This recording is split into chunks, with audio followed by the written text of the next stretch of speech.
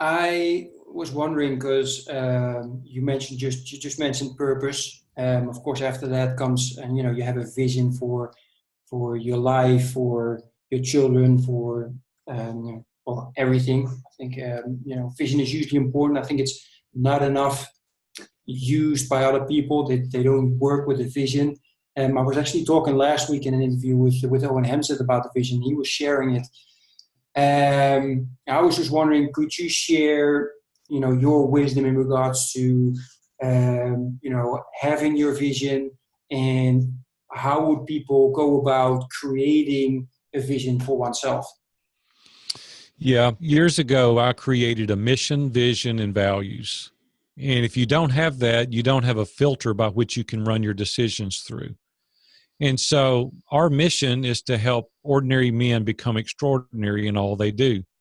And I have a vision laid out of how many people that I want to coach. I have the vision laid out for how many mastermind members that we have. And it's all coupled in a book. I have a 121 page marketing strategy that we exercise on each and every day. We have a plan by which to accomplish our goals. And so if you don't have, and in the Christian faith at which I am, it says in the Bible, where the people don't have any vision, the people perish.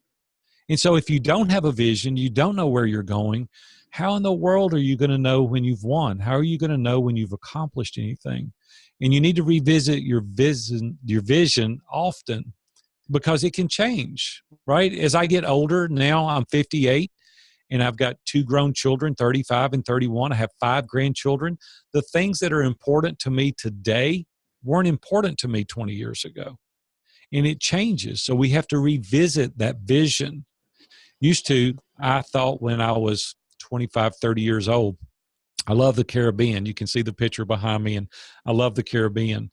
And when I was a young man, before I had children, I thought, you know what? I want to make enough money to move to the Caribbean. That was my vision. And it was a good vision at the time. But once I had children and they were established and they had deep roots here and friendships, and they got married and then had children, there's no way on earth I would move to the Caribbean now, because I want to be around my children. I get the privilege of working with both my daughters in our business every day. They each have an office on either side of me, and I get an opportunity to hang out with them and have lunch and discuss business. And I get to see my grandkids about 3 or 4 days a week, because they live 5 minutes from me. If I lived in the Caribbean, right, I wouldn't get to see them. I wouldn't get to go to the ball games. I wouldn't get to talk to them and work with my daughters. So my vision has changed. See, life circumstances deals us different hands, and then we have different visions as a result of it. So revisit your vision often and make the changes necessary in order to accomplish the way you want to live your life.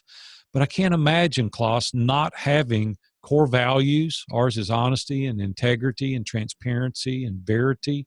These are things that are vital to us. The vision, the mission, and the values, everything that we do, we run through that grid. And if it doesn't help us get closer to our vision, then we don't do it. Oh, great. Thanks. I love talking about the vision.